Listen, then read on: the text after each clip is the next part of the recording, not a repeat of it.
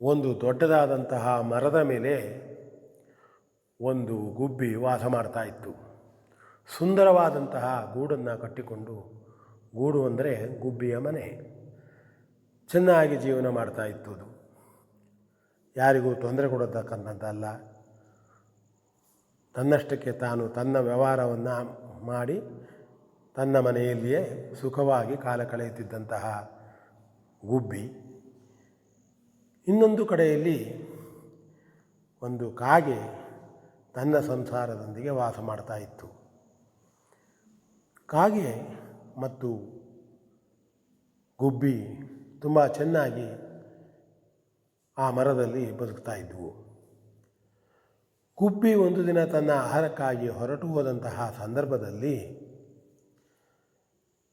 ಒಂದು ಮೊಲ ಎಲ್ಲಿಂದಲೂ ಓಡಿ ಓಡಿ ಬಂದು ಗುಬ್ಬಿಯ ಗೂಡನ್ನು ಸೇರಿಕೊಂಡಿತು. ನಂತರ ಆಹಾರಕ್ಕಾಗಿ ಹೋದಂತಹ ಗುಬ್ಬಿ ಸಂಜೆಯ ಸಮಯದಲ್ಲಿ ಮನೆಗೆ ಬರ್ತದೆ. ಬಂದು ನೋಡಿದರೆ ತನ್ನ ಮನೆಯೊಳಗೆ ಮೊಲ ಬಂದು ಕುಳಿತು ಬಿಟ್ಟಿದೆ. ಗುಬ್ಬಿ ಹೇಳಿತು, ಅಯ್ಯ ಮೊಲರಾಯನೇ, ಯಾಕೆ ನನ್ನ ಮನೆಯೊಳಗೆ ಸೇರಿದೆ? ಬೇರೆಯವರ ಮನೆಯೊಳಗೆ ಬಂದು ಸೇರುವುದು ಸರಿಯಲ್ಲ. ಇದು ನನ್ನ ಸ್ವಯಾರ್ಜಿತ ಮನೆ, ನಾನೇ ಕಟ್ಟಿಕೊಂಡದ್ದು. ಮೊಲ ಹೇಳಿತು, ಇಲ್ಲ ಇಲ್ಲ, ಯಾರು ಮನೆಯೊಳಗೆ ಉಳಿಯುತ್ತಾರೋ ಅದು ಅವರದೇ ಮನೆ.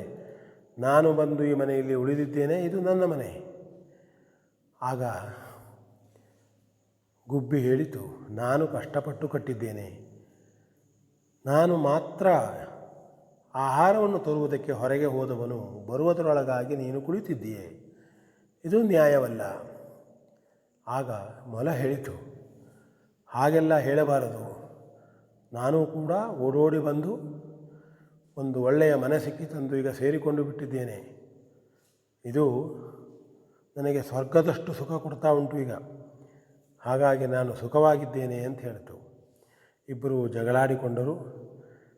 ಆಗ ಗುಬ್ಬಿ ಹೇಳಿತು, ಬೇಕಾದರೆ ಕಾಗೆ ಕೇಳು, ಇದು ನನ್ನ ಮನೆ. ಆದರೂ ಸಹಿತ ಮೊಲ ಕೇಳಲಿಲ್ಲ.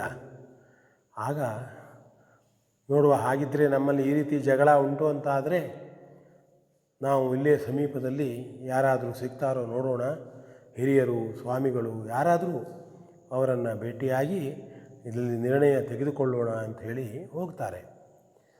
ದಾರಿಯಲ್ಲಿ ಒಂದು ಸುಂದರವಾದಂತಹ ಕೆರೆಯ ದಂಡೆಯ ಮೇಲೆ ಒಂದು ಬೆಕ್ಕು ಕುಳಿತುಕೊಂಡಿರ್ತದೆ. ಅದು ಸನ್ಯಾಸಿಯಾಗಿರ್ತದೆ. ಮನಸ್ಸಿನಲ್ಲಿ ಏನು ಹೇಳಿಕೊಳ್ಳುತ್ತಿದೆಯೋ ಗೊತ್ತಿಲ್ಲ, ಬಾಯಲ್ಲಿ ದೇವರ ಸ್ಮರಣೆ ಮಾಡುವಂತೆ ಗುನುಗುತ್ತಾ ಸನ್ಯಾಸಿಗಳ ಥರ ಇರ್ತದೆ ಅದು.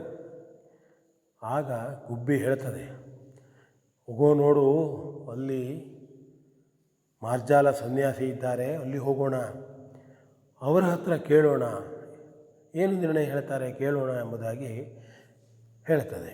ಆಗ ಮೊಲ, ಬೇಡಪ್ಪ, ಹೋಗಿ ಹೋಗಿ ಇದರ ಕೈಗೆ ನಾವು ಸಿಕ್ಕಿಕೊಳ್ಳುವುದೇ, ಬೆಕ್ಕಿನ ಕೈಗೆ ಎಂಬುದಾಗಿ ಹೇಳ್ತದೆ.